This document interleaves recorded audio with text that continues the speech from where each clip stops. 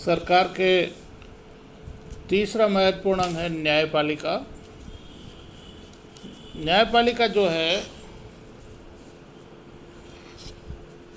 वो संविधान के अनुरूप देश के शासन का संचालन किया जाता है या नहीं किया जाता है, इसके लिए उसके पास में एक महत्वपूर्ण अधिकार होता है जिसे हम कहते हैं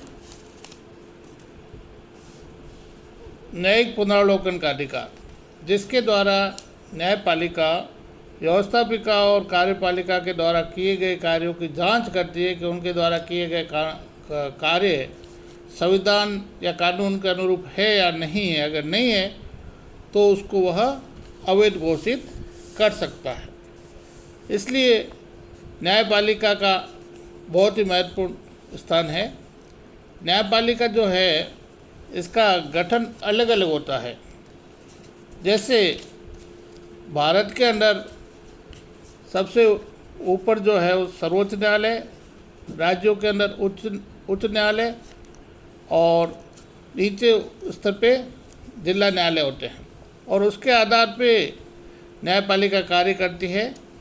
और इनके न्यायाधीशों की जो नियुक्ति है वो अलग अलग देशों में अलग अलग तरीके से किया जाता है। अमेरिका के कुछ राज्यों और स्विट्जरलैंड के संगीन न्यायाधिकरण में न्यायाधीशों का चयन व्यवस्थापिका द्वारा निर्वाचन के आधार पर किया जाता है, जबकि सामान्यतः देशों में कार्यपालिका के प्रमुख के द्वारा सर्वोच्च न्यायालय के न्यायाधीशों की नियुक्ति की जाती है। इसी तरह से अमेरिका के कुछ राज्यों और स्विट्जरलैंड के कुछ कैंटरों में न्यायाधीशों की नियुक्ति जनता के निर्वाचन के द्वारा भी की जाती है।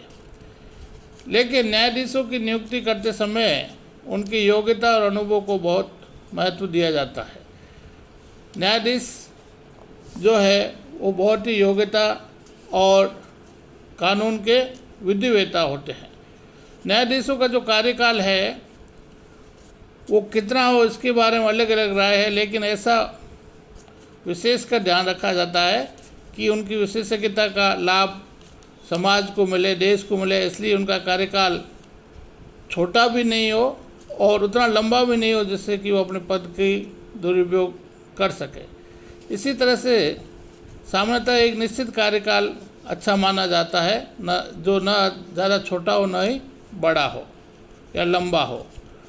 विभिन्न देशों के अंदर जो कार्य न्यायपालिका के द्वारा कार्य किए जाते हैं वो सबसे पहले उनका क्षेत्राधिकार होता है कि किस क्षेत्र में वो काम कर सकते हैं। तो सबसे पहला विवादों का निपटारा केंद्र सरकार और राज्य सरकार या राज्यों एवं राज्य के बीच या राज्यों और राज्यों के बीच में कोई विवाद होता है, उनका निपटारा सर्वोच्च न्यायालय के द्वारा या न्यायपालिका के द्वारा किया जाता है।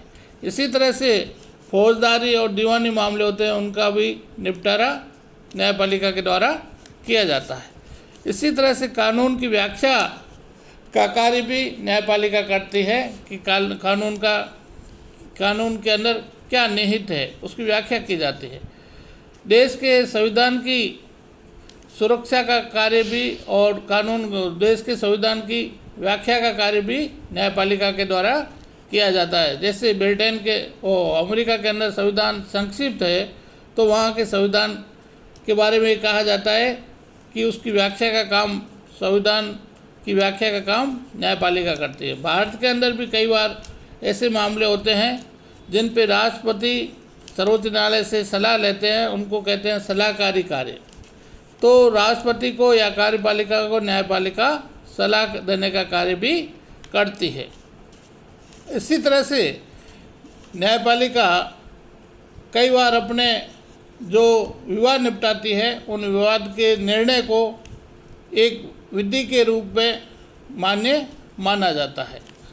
इस तरह से न्यायपालिका महत्वपूर्ण काम करती है।